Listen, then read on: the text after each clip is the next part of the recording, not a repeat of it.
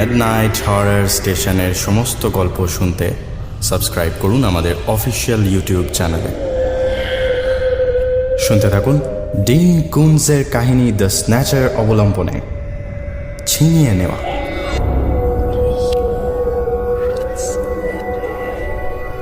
ভিড় বাসে এক পকেটমার হালকা করে আপনার মানিব্যাগটা তুলে নিল।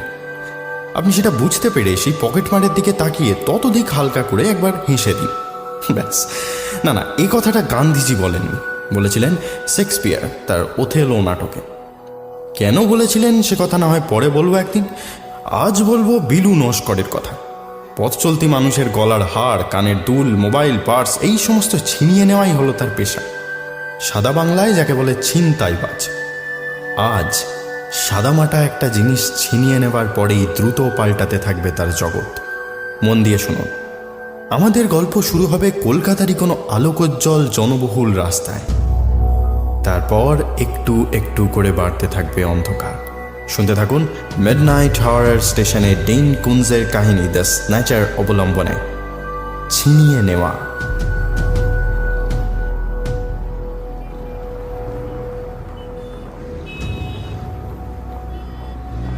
ভদ্রমহিলাকে অনেকক্ষণ ধরে লক্ষ্য করছিল বিলু। এখন সুযোগ বুঝে আরো খানিকটা কাছে সরে এলো সে। রাস্তার ফুটপাথে মানুষের ঢল নেমেছে। কিলবিলে মাকড়সার মতো একই দিকে দ্রুত পায়ে হেঁটে চলেছে তারা।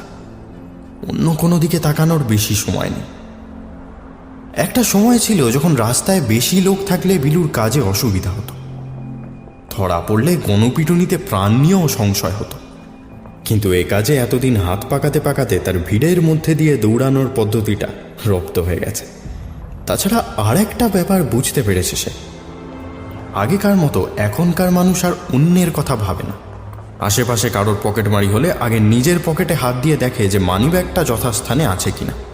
বিলু অবশ্য পকেটমার নয়। একসময় ওসবে হাত পাকানোর চেষ্টা যে করেনি তা নয়, কিন্তু অত সূক্ষ্ম কাজ তার জন্য নয়। বিলু নস্কর হলো কলকাতার 1 নম্বর ছিনতাইবাজ। তার জীবন দর্শন অতি সহজ। পথ চলতি সমস্ত মানুষের গলার হার, হাতের ব্যাগ বা ঘড়ি, এমনকি পকেটের দামি পেন অবধি সব কিছুকেই সে নিজের বলে মনে করে। শুধু ছিনিয়ে নেওয়াটুকুনি যা তার কাজ। কিছুক্ষণ সাবজেক্টকে ফলো করার পরে গুটি গুটি পায়ে এগিয়ে আসে সে। তারপর কোনো অসতর্ক মুহূর্তে গলা থেকে হার ছিনিয়ে নিয়ে আশ্চর্য ক্ষিপ্রতায় দৌড়াতে থাকে। ব্যাপারটা দীর্ঘদিন অভ্যাস করতে করতে তার মজ্জায় বসে গেছে। সাপের মতো হিলহিলে চেহারা, হরিণের মতো সক্ষম পা আর ভিড়ে গা ঢাকা দিতে পারার আশ্চর্য ক্ষমতার জন্য বহুদিন হলো ধরা পড়তে হয়নি তাকে। তবে সে নিজে মনে করে একজন পাখা ছিনতাইবাজের এসবের থেকে বেশি যে জিনিসটা দরকার সেটা হলো অবজারভেশন। কোন লোকটার ব্যাগে কতটা টাকা আছে, কোন বয়স্কা মহিলার আঙুলের আংটিটা হিরে, কোনটা কাঁচ, কে বারবার রাস্তায় হাঁটতে হাঁটতে মানি ব্যাগে হাত দিচ্ছে, সেটা লক্ষ্য রাখা চারটিখানি কাজ নয়। দিন 10 হলো বছর 50 এক মহিলাকে লক্ষ্য করেছে বিলু। দুবলা পাতলা শরীর, বেটে খাটো চেহারা, গলার কাছ থেকে কাঁধের দুটো হাড় বিশ্রী রকম বেরিয়ে থাকে। রোজই তার হাতে একটা চামড়ার খয়েরি পার্স থাকে। সেটা দেখে অনেক টাকা পয়সা তার ভেতরে আছে বলে মনে হয় না। তাও ভীষণ সাবধানে পার্সটাকে আগলে রাখেন মহিলা। বিলু নস্করের অভিজ্ঞ চোখ ব্যাপারটা বুঝতে দেরি করেনি। টাকা পয়সা না থাকলেও পার্সের দামি গয়না গাটিয়েছে এ নিয়ে এতটুকু সন্দেহ নেই তার মনে। ব্যাপারটা বোঝার পর থেকেই মহিলাকে টার্গেট করেছে বিলু। কাল সুযোগ এসে গেছিল, কিন্তু মহিলার কাছে পৌঁছানোর আগেই অন্য একজনের পকেটের দিকে দৃষ্টি চলে গিয়েছিল তার। সে কাজটা করতে করতেই বেশ দূরে চলে গেছেন মহিলা। ভিড় সেখানে খানিকটা পাতলা হয়ে এসছে, ফলে আর রিস্ক নেয়নি বিলু। আজ কিন্তু আর কোনো দিকে তাকালো না সে। ধীরে ধীরে এসে দাঁড়ালো মহিলার ঠিক পিছনে। রোজকার মতো আজও পার্সটা বারবার এহাত ওহাত করছেন তিনি। বিলু বুঝল সাধারণ পদ্ধতিই কাজে লাগবে, তাতে বেশি খাটনিও নেই, আর মহিলার যা চেহারা তাতে আটকানোর চেষ্টা করেও বেশি লাভ হবে বলে মনে হয় না। পার্সটা এখন বাঁ হাতে ধরে আছেন তিনি। বিলু আর একটু কাছে সরে এসে মহিলার ডান কাঁধের উপর আঙুল দিয়ে টোকা দিল। সাথে সাথে সেদিকে মাথা ঘুরিয়ে পিছনে তাকালেন তিনি। আর অমনি বিদ্যুৎ গতিতে বাঁ হাতে ব্যাগটা ছিনিয়ে নিল বিলু। তার ফিনফিনে হরিণের মতো পাটা মুহূর্তে সক্রিয় হয়ে উঠল। মহিলা কিছু বুঝে ওঠার আগেই দ্রুত ছুট দিল সে, কিন্তু পারল না। বিলু অবাক হয়ে দেখল তার ডান হাতের কবজির উপর বৃদ্ধার বাঁ হাতটা এসে পড়েছে। সরু সরু আঙুলগুলো শক্ত করে ধরে আছে বিলুর হাতটা। সে শক্ত সমর্থ জোয়ান। এটুকু হাতের টান কাটিয়ে দৌড় দেওয়া তার কাছে কোনো ব্যাপারই না। অথচ বার দুয়েক হ্যাঁচকা টান দেওয়ার পরেও হাতটা ছাড়াতে পারল না সে। মুহূর্তের জন্য তার চোখ দুটো গিয়ে পড়ল বৃদ্ধার চোখে। সাথে সাথে আশ্চর্য একটা ভয়ে তার বুকের রক্ত ঠান্ডা হয়ে গেল। মিটিমিটি হাসছেন মহিলা। তার নিষ্প্রভ কঙ্কালের মতো চোখ দুটোতে চকচকে একটা আলো খেলা করছে। মুখের কুচকানো বলিরেখায় যেন নতুন করে রক্ত সঞ্চার হয়েছে। বিলুর মনে হলো একটা সাপের ঠান্ডা শরীর ধীরে ধীরে জড়িয়ে ধরছে তাকে। অনেক চেষ্টা করেও এক পা নড়তে পারল না সে। 5 সেকেন্ড পরে আচমকাই বিলুর হাতটা ছেড়ে দিলেন মহিলা। নিস্তেজ হয়ে আসা হাতটা নিচে নেমে এলো এক ঝটকা। বৃদ্ধা এখনো আগের মতোই তাকিয়ে আছেন তার দিকে। সেই সরু শয়তানি হাসিটা এখনো লেগে আছে তার ঠোঁটের কোণে। সাপের পাতাহীন চোখের মতো রক্ত জল করা দৃষ্টি। হাত ছাড়া পেয়ে আর এক মুহূর্ত দাঁড়ালো না বিলু। পার্সটা তার হাতে ধরাই ছিল। কোনো রকমে ভিড়ের মাঝে দৌড় দিল সে। সমস্ত ঘটনাটা এত দ্রুত ঘটে গেছে যে রাস্তায় কারোর চোখই পড়েনি এতক্ষণে। দৌড়াতে দৌড়াতে একবার মাত্র পিছন ফিরে দেখেছিল বিলু। পার্স খোয়া গেছে বলে এখনো চিৎকার করেননি মহিলা। যেন স্বেচ্ছায় সেটা বিলুকে দিয়ে দিয়েছেন তিনি। এখনো একই জায়গায় দাঁড়িয়ে একইভাবে মরা মাছের মতো দৃষ্টিতে তাকিয়ে আছেন তার দিকে। বিলু মুখ ফিরিয়ে নিয়ে আবার দৌড়াতে লাগল।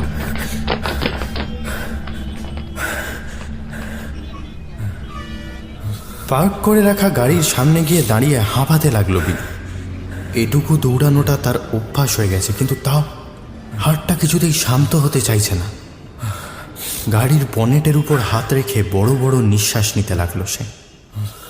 শরীরটা অস্বাভাবিক রকম ক্লান্ত লাগছে। আজ আর অন্য কোনো কাজ হবে না। সকাল থেকে গোটার সাথে কাজ হয়েছে, আজকের মতো এই যথেষ্ট। হাঁপানিটা খানিকটা কমে আসতে একটু ধাতস্থ হলো বিলু। পকেট থেকে চাবি বের করে ধীরে ধীরে গিয়ে বসলো গাড়ির ভিতরে। বহু টাকা পয়সা জমানোর পর গাড়িটা ভাড়া করতে পেরেছে সে। তার যা কাজ সেটা এক জায়গায় একদিনে দুবার করা যায় না। অথচ সারাদিনে গোটা 5 বেশি ছিনতাই করতে না পারলেও দিন চলে না তার। আবার ছিনতাই করা জিনিসগুলোকে খোলা হাতে ধরে নিয়েও যাওয়া যায় না। ফলে বাধ্য হয়ে লড়ছড়ে সেকেন্ড হ্যান্ড গাড়িটা কিনতে হয়েছে তাকে। খয়েরি পার্টসটা একবার ভালো করে দেখে নিল বিলু। মোটামুটি পুরনো বলেই মনে হয় সেটা। আর কিছু না ভেবে পিছনের সিটটা তুলে তার নিচে রেখে দিল। আজ সকালে 3টে মানি ব্যাগ আর 2টো পার্স হাতিয়েছিল, সেগুলো ওখানেই পড়ে আছে। ভালো করে একবার দেখে নিয়ে গাড়িতে স্টার্ট দিল বিলু। বহু চেষ্টা করেও বৃদ্ধার মুখটা কিছুতেই ভুলতে পারছে না সে। ওইটুকু দুবলা চেহারা, অথচ হাতে কি অমানুষিক জোর। নিজে থেকে ছেড়ে না দিলে কিছুতেই নড়তে পারত না বিলু। তাহলে আচমকা ছেড়েই বা দিল কেন? স্যাঁতস্যাঁতে ঠান্ডা হাত আর ক্রূর মুখটা পালিয়ে আসার সময় বিলু দেখেছে। তারই বা অর্থ কি? গাড়ি চালাতে চালাতে মোটা বারবার এইসব খেয়ালে ডুবে যাচ্ছিল। খানিকক্ষণ পর আচমকাই চটক ভাঙল তার। না, কোনো গাড়ি সামনে এসে পড়েনি, বরঞ্চ আওয়াজটা আসছে পিছন থেকে। খুব মিহি নিঃশ্বাসের শব্দ, ঠিক ঝড়ের আগে গাছের পাতায় যেমন শব্দ হয়। বিলুর মনে হয় গাড়ির পিছনের সিটে কেউ এসে বসেছে। স্টিয়ারিংয়ে হাত রেখেই পিছনে ফেরে বিলু। ফাঁকা সিটটার উপর এখনো আগের মতোই রোদ এসে পড়েছে। আমার মাথাটা আজ খিঁচড়ে আছে। মুখ খুঁড়িয়ে আবার গাড়ি চালাতে থাকে সে।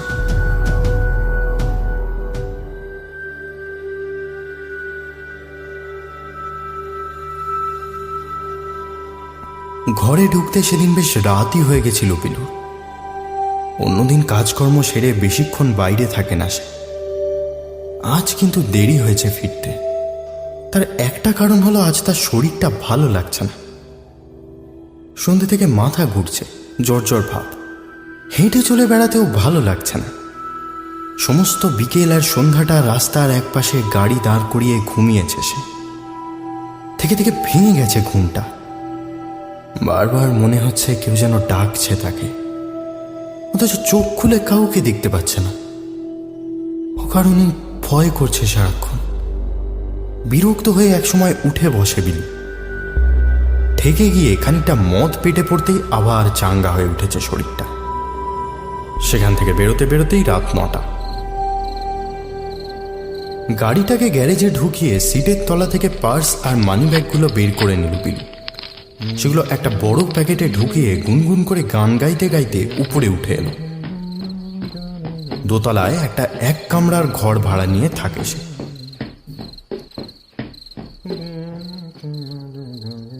দরজা খুলে ঘরের আলো জ্বেলে দিল সে।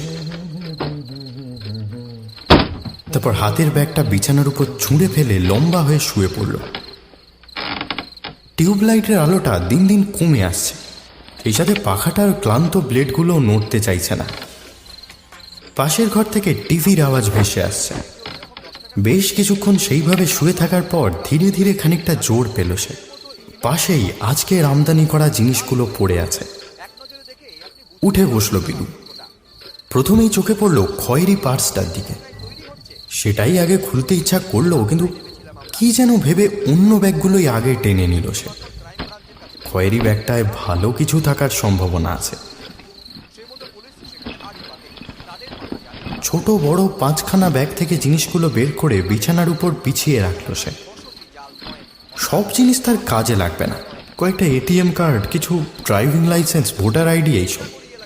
মনে মনে হাসল বিলু। টাকা পয়সাগুলোর থেকে এগুলোর জন্যই মানুষ বেশি হাহাকার করে, অথচ যে ছিনতাই করে তার নিজের এইসব কাগজপত্র দরকার লাগে না। অদরকারি জিনিসগুলো একটা কাগজের প্যাকেটে ঢুকিয়ে নিল সে। একটু রাতের দিকে ছাদে গিয়ে পুড়িয়ে ফেলতে হবে। প্যাকেটটা সরিয়ে রেখে খয়েরি ব্যাগটা হাতে তুলে নিল বিলু। চামড়াটা বয়সের ভারে এদিক ওদিক খানিকটা ফেটে ফুটে গেলেও বেশ মসৃণ আছে এখন। খানিকটা ভারী বলা যায়। অবশ্য বাইরে থেকে হাত দিয়ে বোঝার উপায় নেই তার ভিতরে কি আছে। পিলুর মনটা খুশিতে ভরে উঠল। সোনাদানা না থাক, বেশি করে টাকা থাকলেও তার পরিশ্রম সার্থক হবে।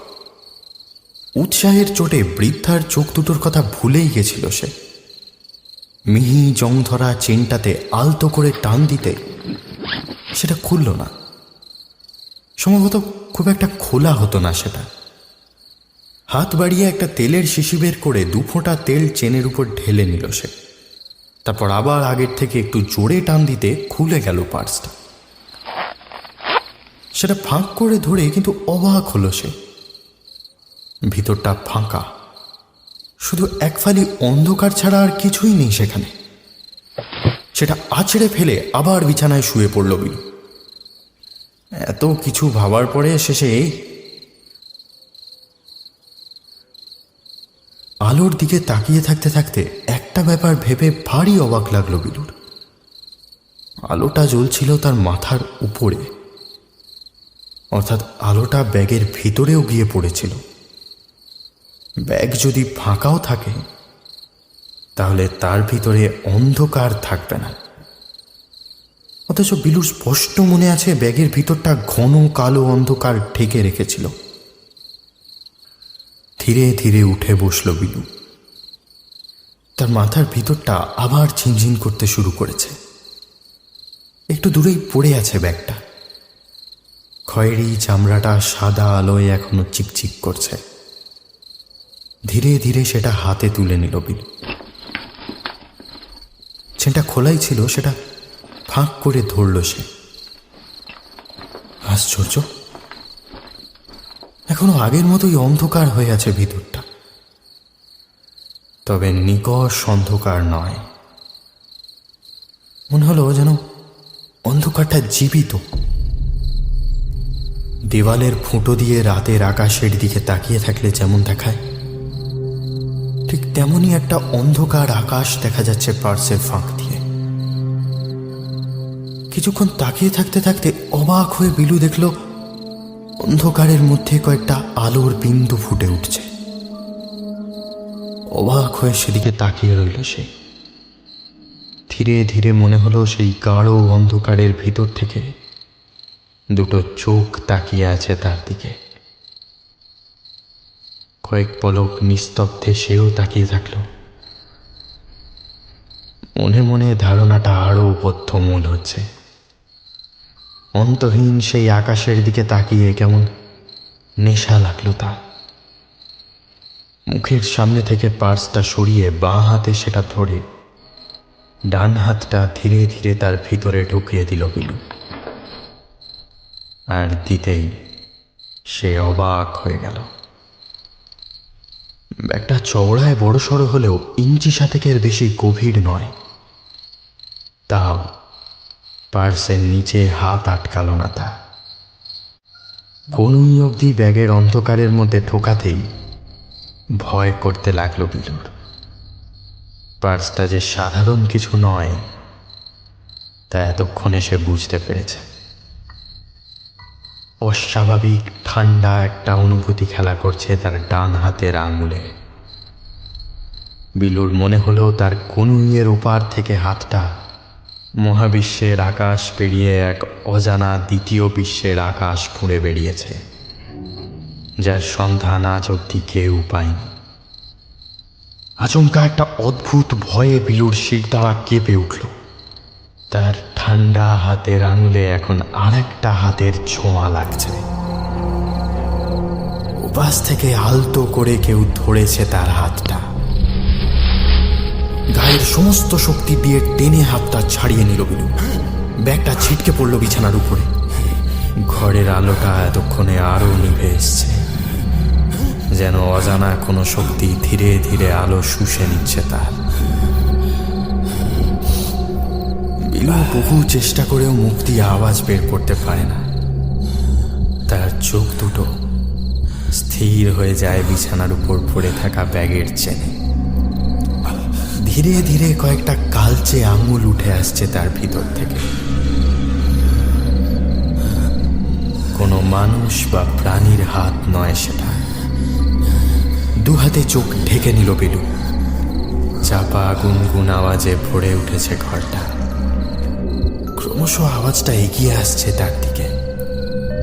চোখ বন্ধ করে কান ঢেকে নিল সে। আর অমনি সমস্ত মুখে অচেনা হাওয়ার ছাপটা এসে লাগল। চোখ খুলতেই বিছানার উপর চোখ পড়ল বিলুর। মনে হলো পার্সের খোলা মুখ থেকে কিছু একটা বেরিয়ে এসেছে। চারপাশে তাকিয়ে কিছু দেখতে পেল না সে। শুধু ঘরের আলোটা প্রায় নিভে এসছে। ধীরে ধীরে উঠে দাঁড়ালো সে। এতক্ষণ যে ঘটনাটা ঘটল সেটা এখনো বিশ্বাস হচ্ছে না তার। বৃদ্ধার সেই পৈশাচিক চোখ দুটো বারবার ভেসে উঠছে মনের মধ্যে।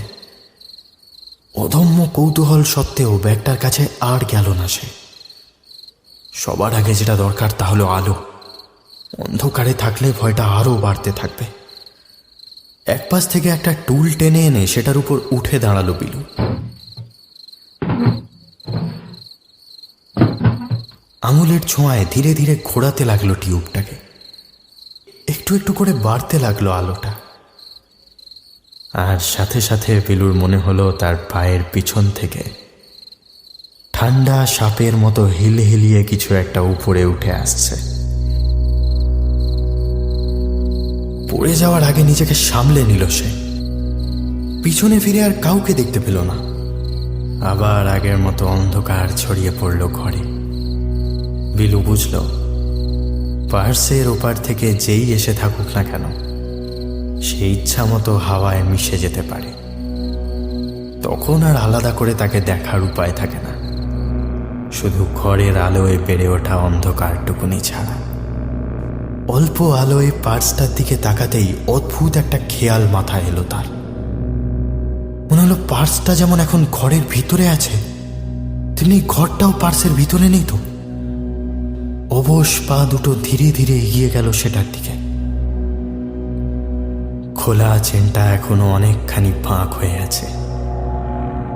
বিলুর প্রায় বুজে আসা চোখ দুটো অবাক হয়ে দেখল এখন সেই অন্তহীন অন্ধকারের মধ্যে অনেকগুলো তারা ফুটে উঠছে, একটু একটু করে বড় হচ্ছে তারা।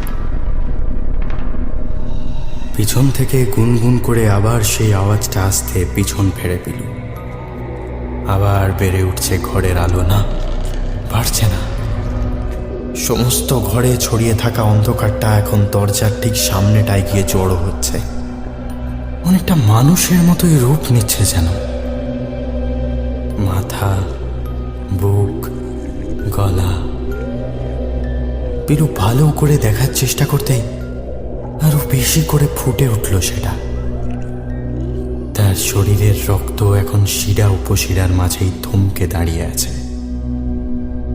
হৃৎপিণ্ডটাও হয়তো কাজ বন্ধ করেছে অনেকক্ষণ আগে।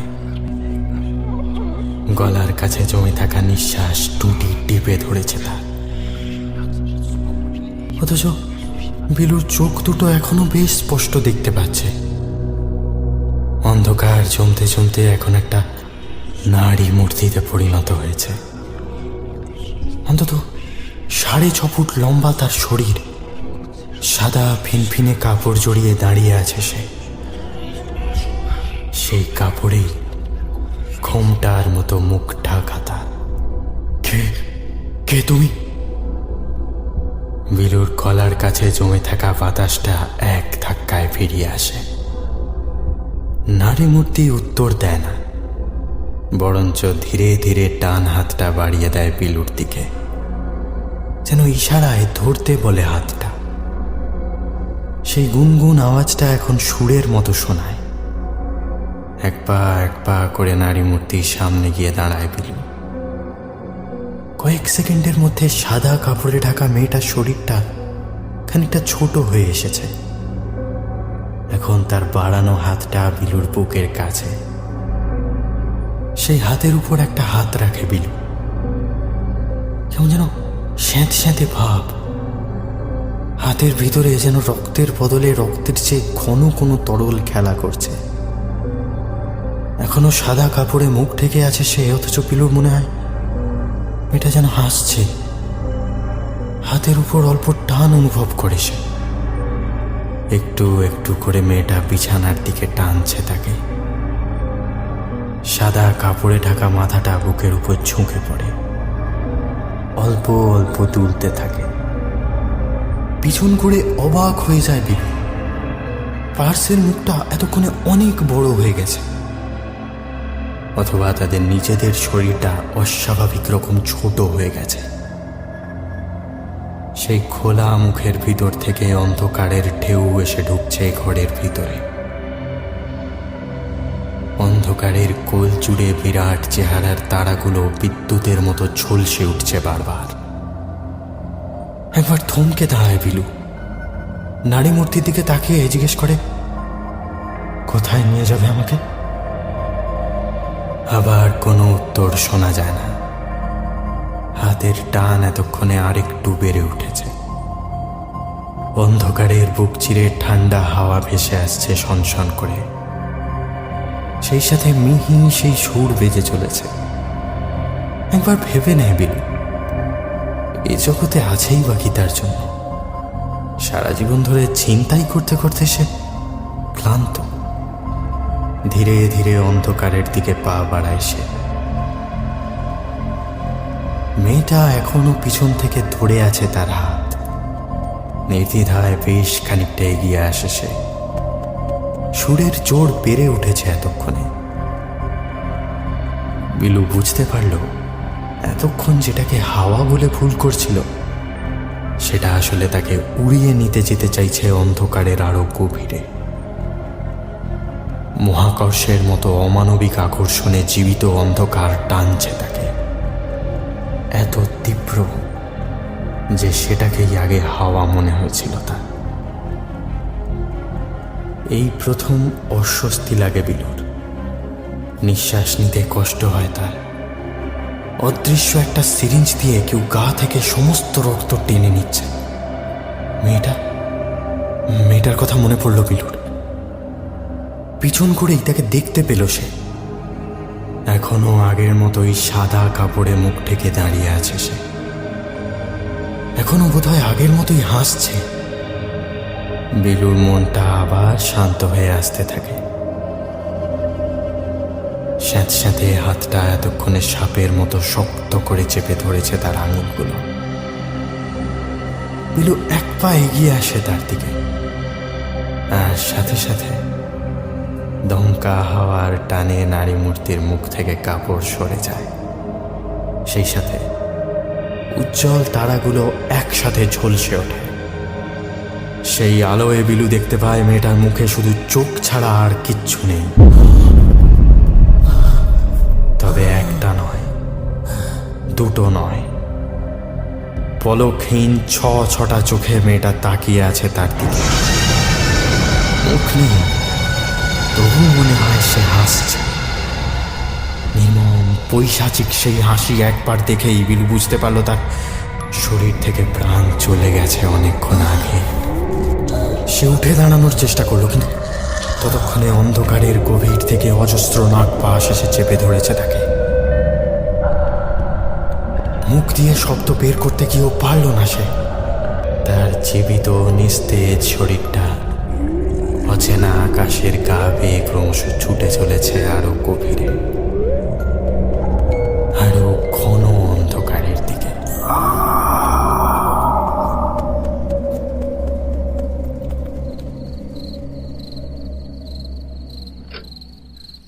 রাত 11টা নাগাদ বিলুর ঘরের দরজা খুলে গেল।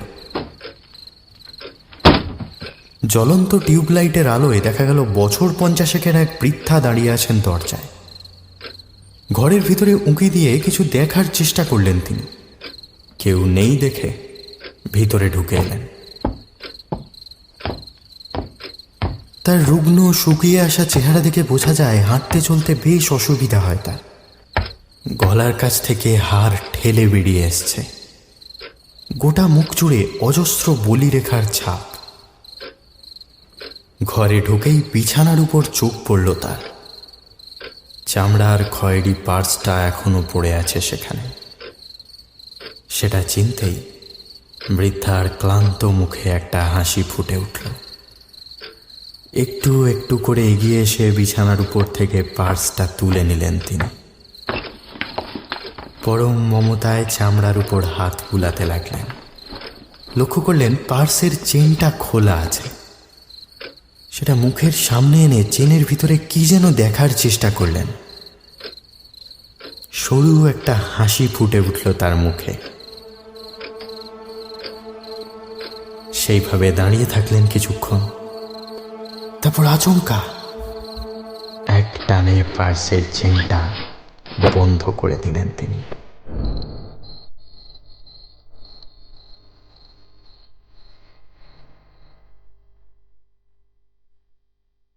নতুন প্রেমে পড়া ছেলেরা প্রেমিকার চোখের দিকে তাকিয়ে সাধারণত বলে, তোমার চোখে আমি অন্য পৃথিবীর সন্ধান পাই। তারা ঠিক কি মনে করে বলে তা জানি না, তবে আপনি যখন আমাদের নিয়মিত শ্রোতা তখন আপনাকে আমরা সতর্ক করে দিতে পারি, ওরকম চোখ দেখা মাত্র ঊর্ধ্বশ্বাসে উল্টো দিকে দৌড় দিন। দুটো চোখের 6টা হয়ে যেতে কিন্তু বেশি সময় লাগবে না।